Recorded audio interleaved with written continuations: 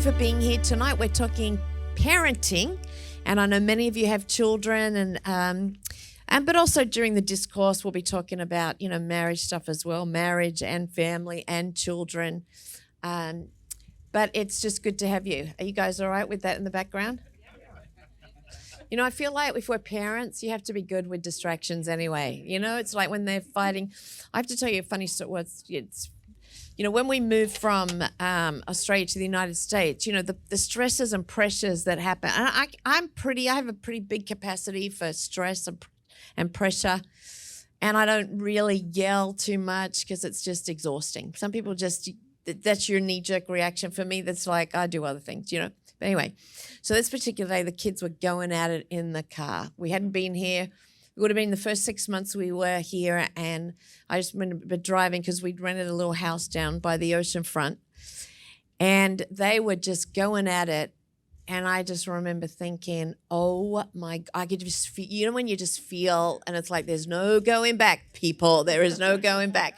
And so I think I was on Pacific, and I just took I'm just like, right, and I just took a right and pulled over and turned around and just went, if you guys don't stop. And you know what? There was silence, and I felt so much better. I just felt so much better.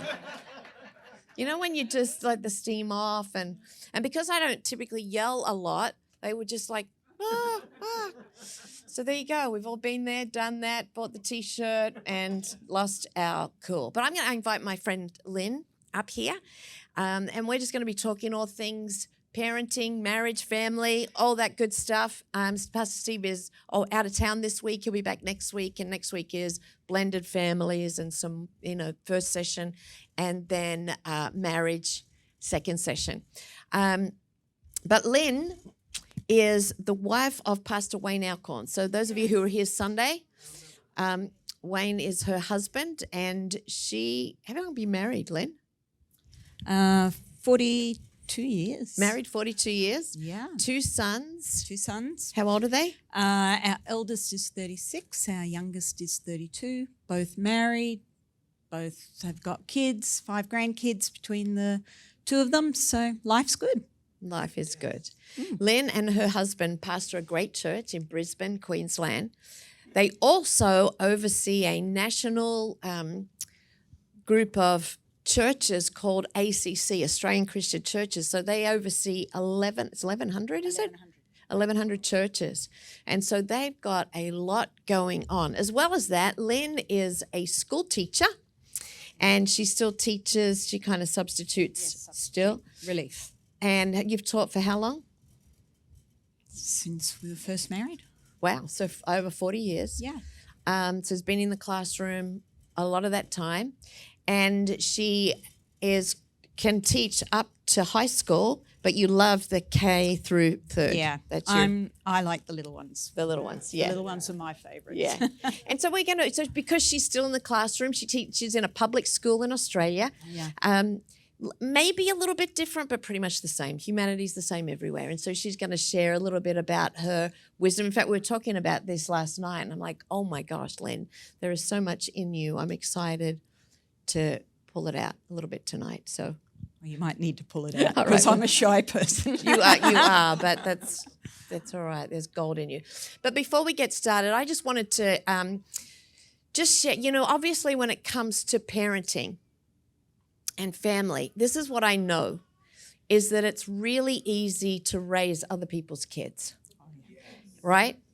In other words, you can look at another family and go, well, they should be doing this, and they should be doing this, and they should be doing this, until you have your own children, and you hold that little baby in your hand, and you're like, oh, man, it's all over, right? I am joined at the hip with this little person forever. And so objectivity kind of flies out the window, right?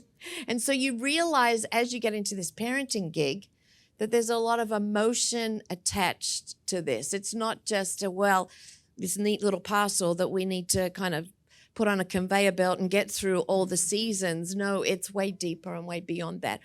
I was reading this afternoon in Genesis 32, and I think I preempted it in our first week by talking about Jacob and Esau, twin brothers. Rebecca and Isaac were the parents. And you know what I love about the Bible is it doesn't hide people's humanity. These were flawed parents. The dad liked Esau. He favored Esau. The mom favored Jacob. And as a result of that, you know, a number of things happened. But Jacob, the younger one, stole the birthright and ended up being in the line for Jesus. And then the boys didn't talk for basically 20 years. But what I love in Genesis 33, and this is for all our families, wherever you are up to, whether you've got adult children and they could be amazing, but if there's issues or if there's issues with parents, adult parents or just any kind of family, I just believe the heart of God is in this Genesis chapter 33 because it talks about, God says, Jacob, you've got to go home. You've got to go back to where you came from. And he's like, I can't. Esau's going to kill me. In fact, Esau had tried to kill him initially all those years ago. And the Bible talks about how Jacob sends cattle. He's trying to he's like, if I see my brother, I don't know what he's going to do to me. And when Esau sees Jacob, there is this incredible reconciliation. And to me, back in the book of Genesis, it really shows God's heart for family. He does not want us to be estranged from each other. He does not want there to be hostility. He builds, the kingdom really starts with family. And so my heart and my prayer tonight is as we talk about parenting and whatever age of kids you are, you might be here with adult kids. And can I just say, as I've now in the land of adult children, I realize that you're actually a parent of an adult child way longer than you're a parent of an under 18-year-old. Yeah. No one tells you that. No one told you that. So you're almost like, we got to get through this and, we got to get through that. And then you hit 18 and it seems like, good, pound it, off you go. But actually you're a parent till the day you die. Yes. And so parenting in that adult world can be very different as well. So we're going to just dive in. And I just thought I'd share just a couple of things just about values of the Kelly home, which some of you have heard before, but they're just reminders of things that we instilled. And then I'm going to do a deep dive with Len. And hopefully our hearts won't get beaten out from that reverb on that drum. All these things help keep us flexible, don't they? Yeah. All right, values of the Kelly home. When Steve and I were raising our kids, we really did not, again, probably anticipate them being adults, but we really didn't think about what they would do. We weren't pastors raising pastors. That's not what we thought. We were just parents raising kids, honestly. And we treated our kids as they weren't PKs, they were our kids. That's how we went into it. And so there were only two big values that we had. The first one that they would love Jesus. We would do everything we could for them to want to follow Jesus wholeheartedly. So that means we have to love Jesus, right? Because kids do not what you tell them, but what you do. And the second thing was that they would love the church. And you've heard Steve and I talk a lot about we are first-generation Christians. We would not be here today without the local church. The community of faith is what got us here and continues to keep us moving forward. So they were our two non-negotiable. We had other things like, do your homework and, but they were the two big things. And if any of them wanted to go into business or whatever career path they chose, Jesus first, love his church, boom, off we go. And so that meant community groups were non-negotiable, church was non-negotiable. I promise you, it wasn't just because we were pastors, it was because we value the church of Jesus so highly. So youth camps were big things too, and we did everything we could. And it takes a village. And Steve and I cannot sit here and say, and our kids, many of you know them, they're grown, they're all married, they're married people that we love, they're raising kids. Steve and I we did everything we knew to do, but it was a village of people, and then they had to make some decisions as adults. So it takes a village. Their peers were very important. Because their peers are important to them, they're important to us. So we had them over our house a lot. When you've got teenagers, that comes with a lot of mess, a lot of noise, a lot of people eating you out of house and home. We'll take the hit and we'll have them. I want to know what's going on in my kids' world. So come on over. And and have a lot of fun together, a lot of laugh, build memories, and you can paint your bedroom whatever color you want. That was one of the great things in our house. Well, they would tell you. I have to tell you a funny story about that. So we bought this old house. They got their bedroom, and we said, okay, you guys can pick the color that you want. So Alyssa picked a rich, deep burgundy. It was actually a beautiful color, and so that was hers. Josh, who you're going to hear from in a little bit, Josh wanted his walls metallic gold. Isn't that weird?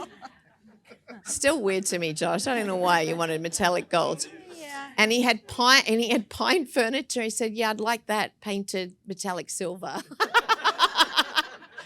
I don't know what that was about. Do you? No. Anyway, so we went, okay, great. And then Sam wanted like that rich royal blue and lime green stripes.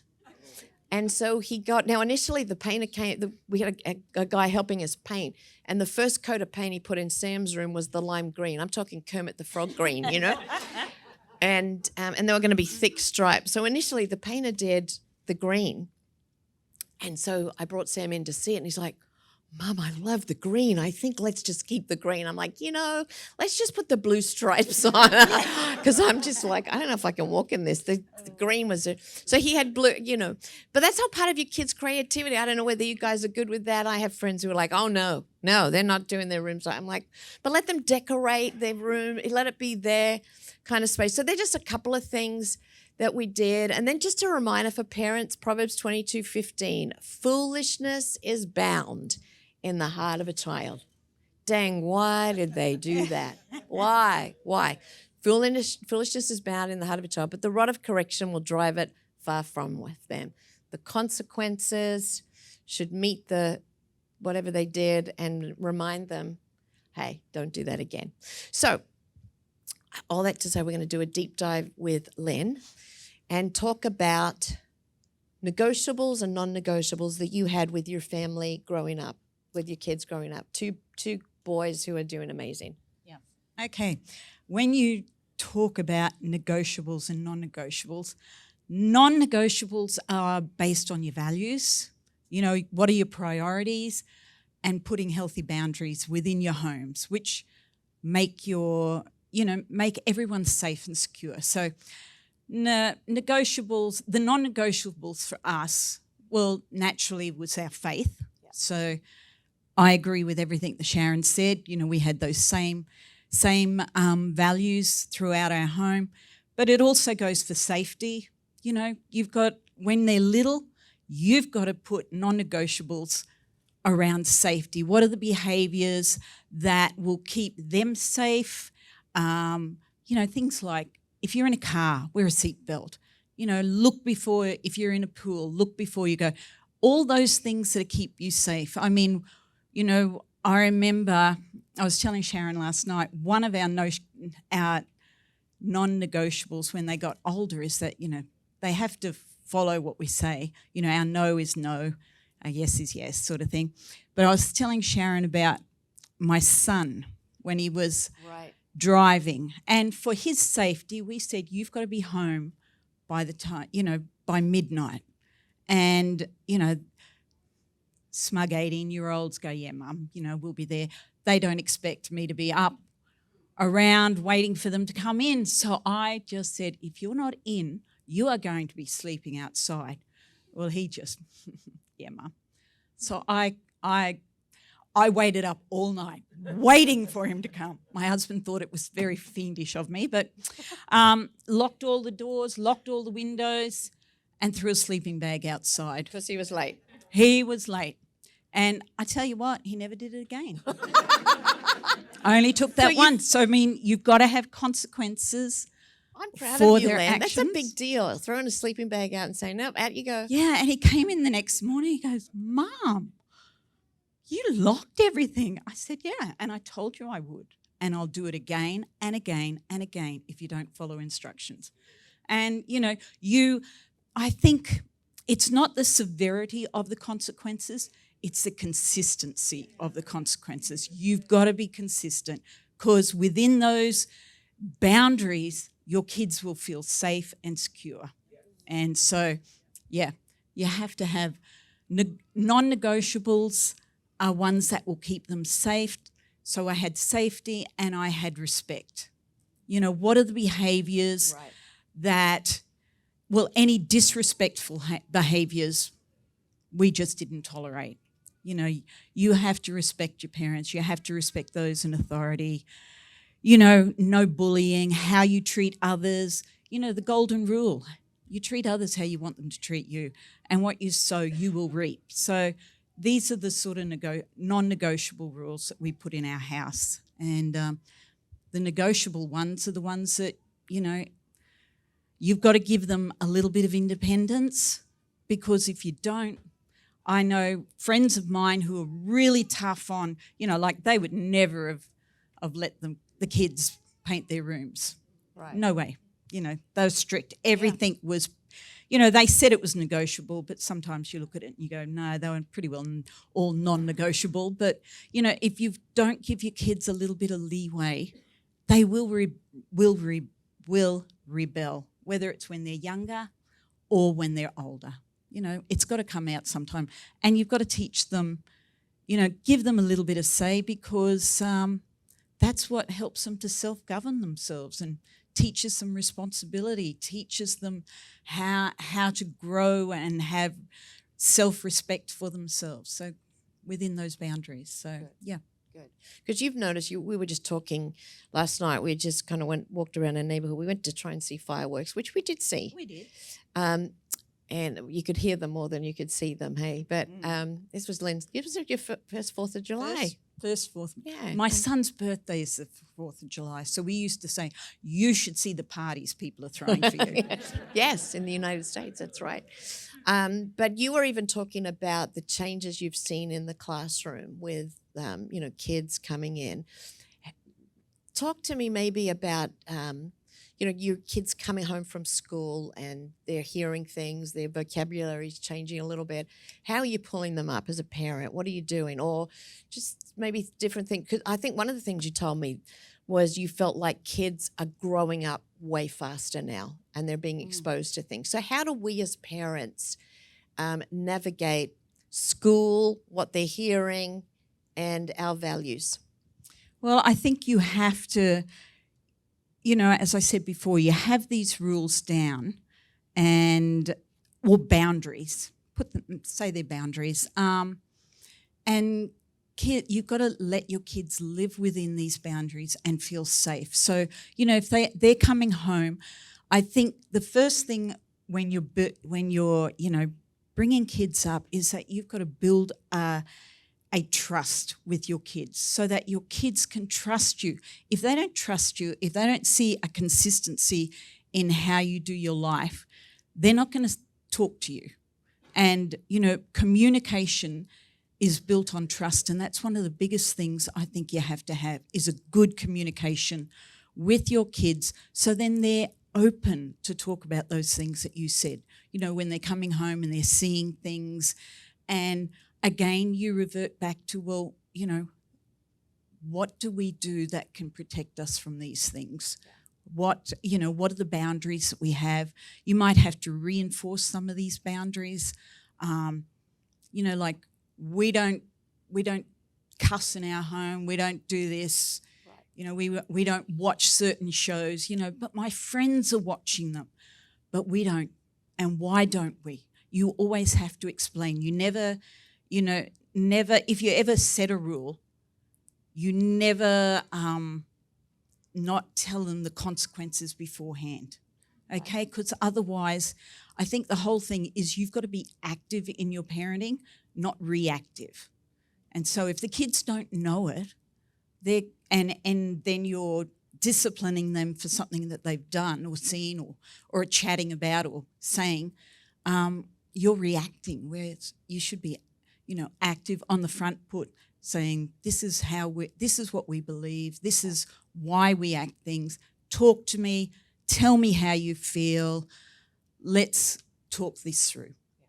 And I think, you know, as parents, it's important that you're both on the same page too. Yeah. Very much so. So how do you get on the same page? We talked a little bit about family of origin.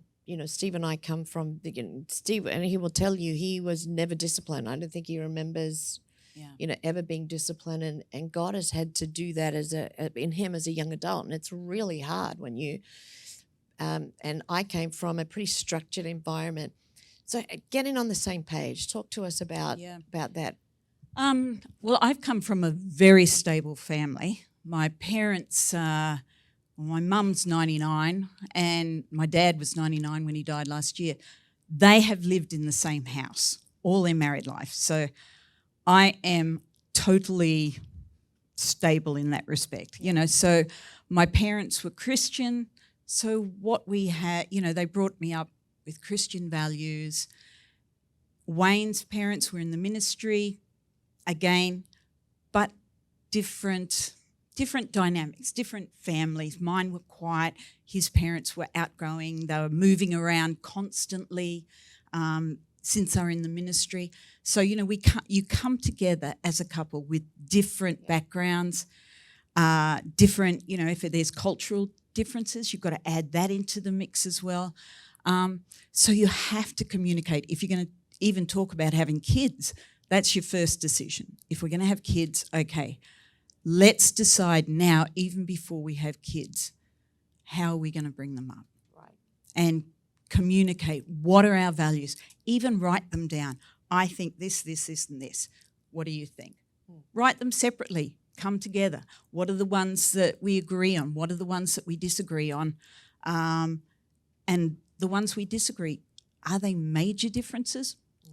Or, some things can be, okay,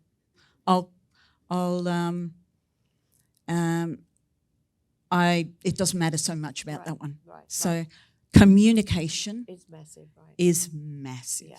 And being able to talk about it and resolve, okay, this is what we think. A number of years ago, Steve and I were with a couple, and they had a child who was a teenager going through it, just making really difficult decisions. They were pastors, and they were like, you know what, we've got to come to some agreement about how we are going to move forward with this young person. And so they did, and as a result of that, there were some big consequences for him.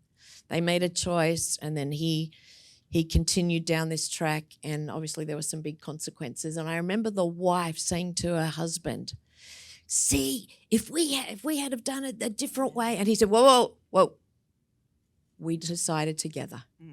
We decided together. This was the decision that we came to together. He is where he is because we told him up front, this is our decision," and he continued down that path, and they're the consequences. Now, as mamas, that's really hard, isn't it? Because we want to just run in. But I was so proud of this husband who said, wait a minute, this was our decision. And now that young man is doing great. He's married. And actually, it was those consequences with the wake-up call that eventually got him. So it's amazing the power of agreement. Like God really blesses that power of agreement, and you see him work sometimes in your kids' lives. The other thing is that we talked about this a little bit last night too when we were chatting about this, that your marriage is here and the kids are here. And just to maybe talk a little bit about that, Lynn, not having a kid-centered marriage or family life. Yeah, I think, our kids played a lot of sport, and so we were involved with a lot of non-Christian families growing up, and it just shocked us that the kids did sport all through primary school, all through high school. Soon as high school finished, they separated. And we never saw that coming, because it was all such a lovely family, but the only thing that kept their marriages together were their kids. And so, your kids are going to leave home sometime. So you have to make sure your marriage is rock solid. You never know what's going to happen in the future. So what's going to keep you grounded is your marriage, how you communicate with each other, how much fun you have in your marriage. You've got to be able to laugh at each other. You've got to be realistic too and go, well, I'm going to make mistakes. You're going to make mistakes. And I think the best thing, and even when it comes to your kids, is you've got to model to your kids a loving relationship, but you've also got a model of the fact that you're willing to say sorry to each other if you've made mistakes. Because I think how are kids going to learn how to say sorry if they've never seen it modelled? Right. That's really good. I was just thinking too about, a couple that we know who, they lost a son when he was 17. He fell asleep at the wheel and hit a tree, which is just so devastating to any married couple. As a result, they had 3 children. He was the middle one. As a result of that, the younger sister, when she went off to college, just kind of fell apart. She just got into this spiral of Adderall. She would take Adderall to stay awake, I think, and then alcohol at night. And she got into this spiral and couldn't, kick it. And anyway, Dad he felt like he heard from the Holy Spirit and reached out to her, and it was just a miracle and just really saved her life. But then their oldest son walked through a divorce. So they had 3 kids, ministry family, whose kids all walked through massive, massive stuff. And I've watched this couple continue to have an incredible marriage through it all. Now that from the outside looking in, you're like, oh, well, of course, no, that's gut-wrenchingly hard. And so we have had the opportunity to sit with them at times and say, okay, level with us, guys. How are, like if we're usually once a year we'll meet up. There's a couple of couples that meet up. We're just really good friends, and we'll be at a restaurant waiting for it to be seated, and there'll be music playing. They'll always jump up and just start dancing together. And we just said to them, how have you maintained such an incredible marriage?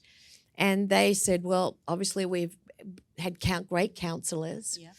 But we have always, especially when we lost our son, we chose to, every time we woke up, every day, we'd think, I wonder how our spouse is doing today. So instead of thinking about, is just hard. And they said we would just go, I wonder how they're feeling. Yeah, I think they're feeling it a little bit tougher, so we're just going to extend a little grace to each other. And it's, just that blend of always looking out for. And again, even when you're parenting and it's in those really hard moments, it starts when they're born and you're getting no sleep, right? Yeah. And it's like extending grace to each other, going, yeah, we're all feeling this. This is a big shock to our system, right? Oh, yeah. And then just when you get that down, it's like, oh, we're in the next chapter, right? And then you get that, there's always great surprises, but giving each other, thinking about each other before yourself, which is what Jesus said to do, which is really hard in the moment, but really just facilitates a great marriage. And, again, we've had other friends who have had a date night continually, which Steve and I did not do. We do it now, but I wished we'd done that when our kids were smaller, because it probably would have saved a lot of attention along the way, just to have that time for each other. So I think that's great. Talk about discipline in your home. You had this great thought when you were talking about, I said to you, Lynn, did you spank your kids? And you just had a great answer. I thought it was a great answer. Yes, I was telling Sharon about my little habit I used to have of. Well, by the way, before you start, is spanking illegal in Australia? It's certainly not encouraged. Okay, right. Okay. Yeah. But what does it say? Spare the rod. Right. Run. Spoil the child. Yeah. I used to have the wooden spoon, and the kids knew the wooden spoon. And I used to have a smiley face on one side and a sad face on the other side.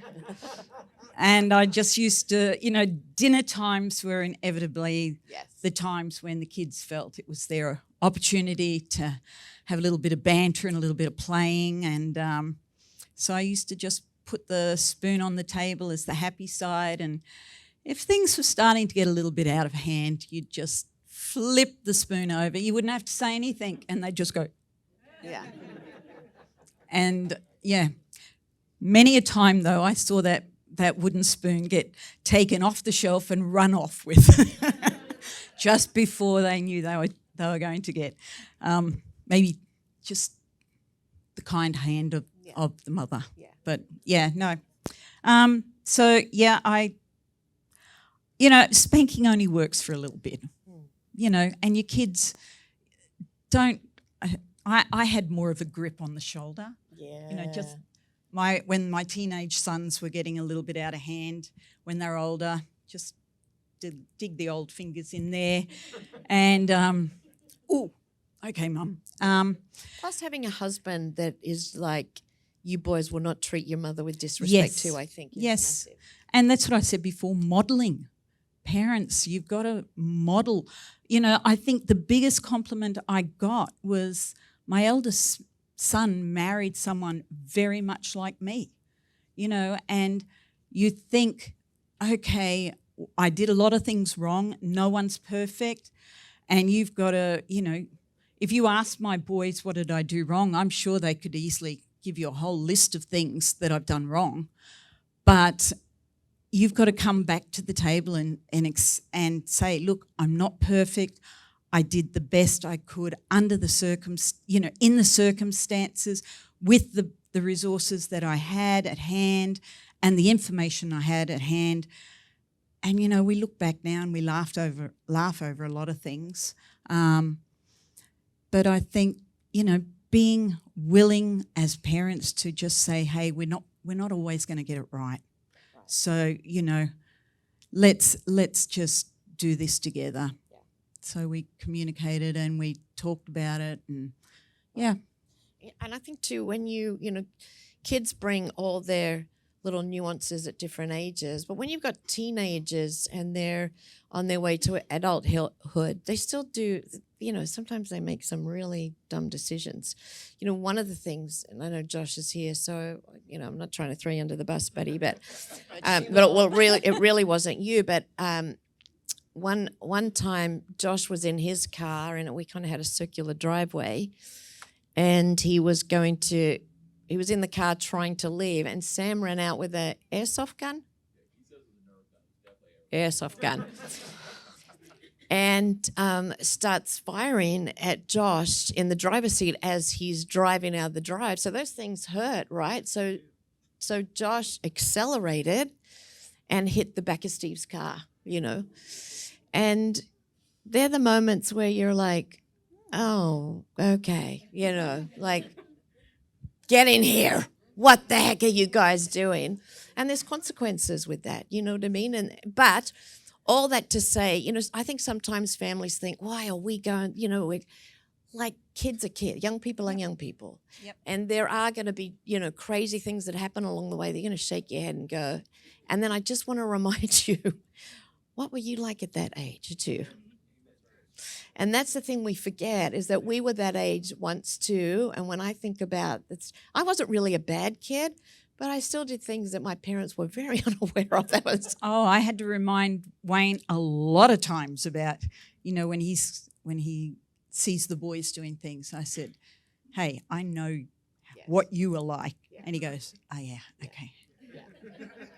Just have a little bit of grace. I know. And the thing is, with your kids, they're an extension of you. Yeah. So if they do something up, you feel it's a reflection of you. Mm. And yet we're humans raising humans. We do the best we know to do. And I loved what you said. You said, you do the best with the information you have. We don't always get it right. No. And the biggest thing sometimes is we can go back to our kids and say, you know what, we're sorry. We're sorry. And to be able to say that and to model that, you were saying, was a great thing. Yeah. And don't, a lot of parents just go, well, are so hard on themselves for doing things wrong. And, as I said, we all it's like childbirth. Once you've had a child, you've actually birthed a child, you forget the pain. I think kids forget things after a while too. So, definitely don't ever, I think words can hurt your kids more than anything. Yeah. More than, a smack on the bum or whatever. Yeah. Words hurt your kids. Never, ever crush your kids' spirit. I think that's one of the main things you have to remember. Yeah. You talked a little bit too when we were chatting about building resilience in your kids.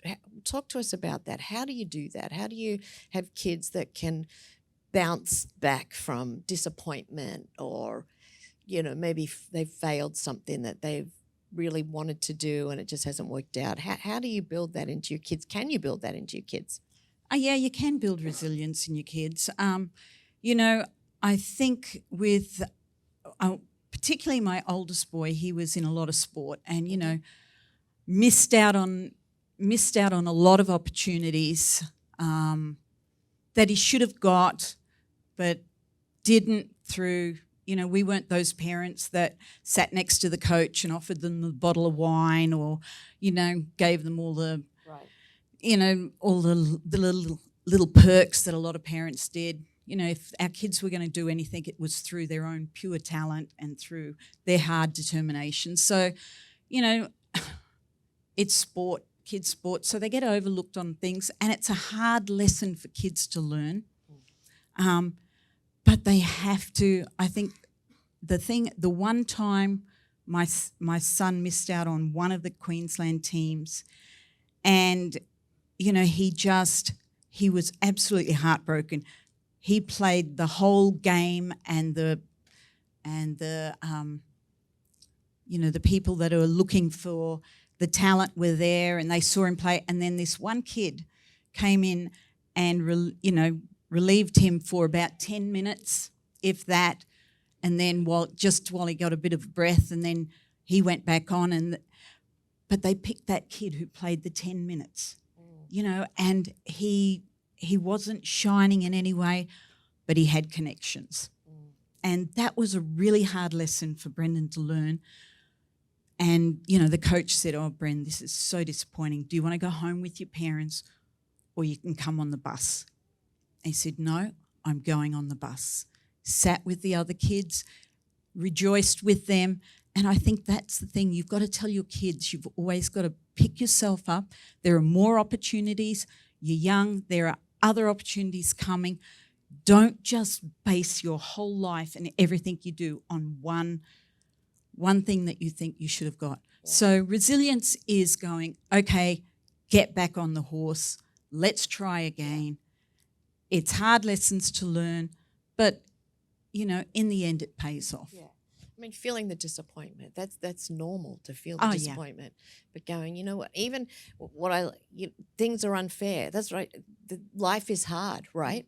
And it's those things that we allow our kids to walk through.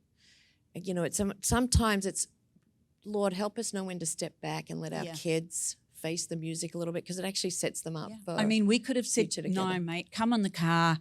You just, you know, we'll go and treat you, do something nice, you know, get your mind off it." No, he learnt that lesson. And I mean, I think, you know, kids need to be able to realise that they're not going to always get what they want. You know, life is not fair in a lot of respects. So there's going to be disappointments constantly. It's how you teach your kids to get back up, which is important.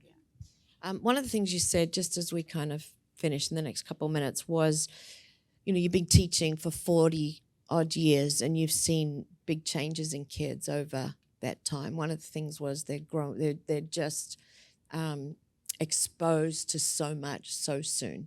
So how can we as parents, because you don't want your kids to lose their childhood, right? No. What can we as parents do to protect them, to let them be kids for as long as possible, to help them with not being exposed to so much stuff? And what are the big things that they're exposed to that are kind of propelling them to grow up now that they didn't have before?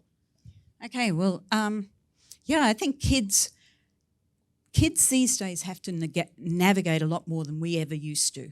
I mean, I was telling Sharon, you know, when I was growing up, that was back in the Middle Ages, you know, you had the phones in the kitchen. One phone in the kitchen, in front of your parents. If you had to have a conversation, you had to have it in the kitchen so they would know everything that you were doing, where you were going. And, you know, that was your means of communication. Nowadays, kids have got phones. You know, the parents have to be great navigators of teaching their kids how to use a phone, how to put sensors on them for sure, you know, so they don't get onto sites that they shouldn't see. Social media is, if we let it, the social media could teach our kids. They're happy to, and the kids are happy to take what's, to get their modes of how to live by social media. But for us as parents, we've got to regain control of what they're looking at, how they're seeing it, and then teach them what, like, for example, my son, when he was, I don't know which one it was, going through school, he had an assignment on women that were working during World War II. Like the men went off, so the women had to do all the work. So naively, he typed in working women. And so after that, all of this is coming through the computer. And, I had, he had to come and tell me, Mom, I didn't do it. Honestly, I didn't do it. But little things like that, have your computers, have them where they're, accessible, like the phone in the middle of the house, so you can see what your kids are on. Say, look, if you're going to have a phone, I need to see what you're looking at.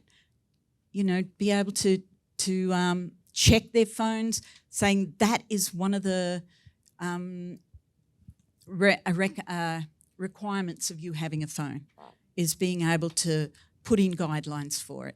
So, you just got to put in guidelines. You've got to be able to, they've got to be able to say, no, there's no secrets in this house. We show each other what we're doing and we're honest with it. Yeah. And I think even with the little guys, we've just got to watch what they watch. We were saying, Disney's just lost, I think, 300 million in the last few movies. And it's because they're choosing to do some things that parents are going, nope, which I love too. Parents, be vigilant and don't watch the movie and don't go, don't be crazy about it. But I do think it's, don't expose your kids. Well, we walked past a bookstore today and we saw some stuff in the window and it's like it's just pushed out in front of little guys. So it's like, okay, yep, let's walk this way. It's just being smart with your kids. And, you're going to have conversations, but you don't have to have it necessarily today. It's like, let's see if we, you want their innocence to remain innocent as long as possible. And if you're going to fight, pick which fights you're going to fight with your kids. Yeah. Don't go after the little battles. Go after the battles that will change their values, systems, or change anything that's outside your boundaries. But for the other ones, what they wear and little, some things like that, no, they're negotiables. Yeah. But the non-negotiables, no, you stick hard and fast to them. Yeah. I love that. And I think, have fun with your kids. I mean, sometimes it's, it's full on. But again, Lynn and I were just saying, I mean, obviously we've got adult children now. And I just want to tell you, and Lynn would say the same, it goes really quick. I mean, the 18, it just can feel like, are we ever going to get there? I still remember first baby, Alyssa, she was 3 weeks old. I'm exhausted. I'm like, man, I'm trying to figure this whole thing out. And my mum came to visit to help me, and she goes, by the time, when she's 6 weeks, you'll be in more of a routine. I still remember thinking, 6 weeks? That's another 3 weeks. I don't think I'm going to make it another I still remember thinking, I don't know if I'm going to make it another 3 weeks. That baby girl is about to turn 35. But I remember being in that moment of it just felt overwhelming. So we were talking last night, it is hard work on this journey. So, but work hard at building memories in your family and creating great times, because it's easy to get home from work or bring the kids home and you just want to sit and look at the screen because this thing sucks you in. It's mind numbing. Don't do it. Put it up. Yeah. One other thing that I would reiterate too is that each of your kids are different. Yeah. I've got 5 grandkids. Each one of them has got a different personality. Don't think that you can just do one carpet thing that will cover everyone's behaviours. Some kids, like one of my little grandkids, all I have to do is look at him, give him my teacher look, and he's, whereas, the other one, not so much so. So, you've got to know your kids. You've got to know their personalities, know their love languages. Yeah. That's really important because that will teach you and tell you how best to handle them. Some would like words of affirmation. That means the world to them. Yeah. Others, all you need to do is give them a good hug. And, like Wayne's been talking about, they need to know that you love them, that you care for them, that you're proud of them. Take every moment, every day to teach them that. Yeah. And then finally, the last thing you said as we were chatting about this last night, you said prayer is your biggest weapon. Yeah. What does that look like? Talk to us about praying for your kids. Yeah, praying for your kids. I think it starts while they're still in the womb because you're praying over them, but you're also praying for yourself for wisdom. I think that was my daily prayer. God, give me wisdom. I want to know how to parent these kids in the best way. And then when they're, and they're little ones, pray for them. Make sure you have, I know this is, might be old-fashioned, but have a time. Make sure you have meals at a table. Because when you have meals at a table, then that's when the family gets to connect. That's when they communicate. That's when you can, share your values and have time to get them to tell you how their day was and everything else. So that's when we used to pray as well. And then we'd pray with them when, because if they'd say, oh, so-and-so was so mean, okay, let's work out how we can solve that problem, and then let's just, pray about it. And then pray for them when they go to bed. And you never stop praying. When they're teenagers, you're praying even more so. So you just keep praying, and then, even when they're adults, you never stop praying for your kids. And as I said, my daily prayer is wisdom. Yeah. God, how do I, if they're facing a problem, I just pray that they'll be, that will be solved. How can I talk to them? How can I instruct them how to go and find the right people? Can you bring the right people into us so we can help them, set them on the right path? So, prayer and the Holy Spirit just, sometimes you don't know how to get up. You just go, Holy Spirit, just give me a shove. That's all I need. I just need a little push today to keep going. Done. Thank you. Can we thank Lynn?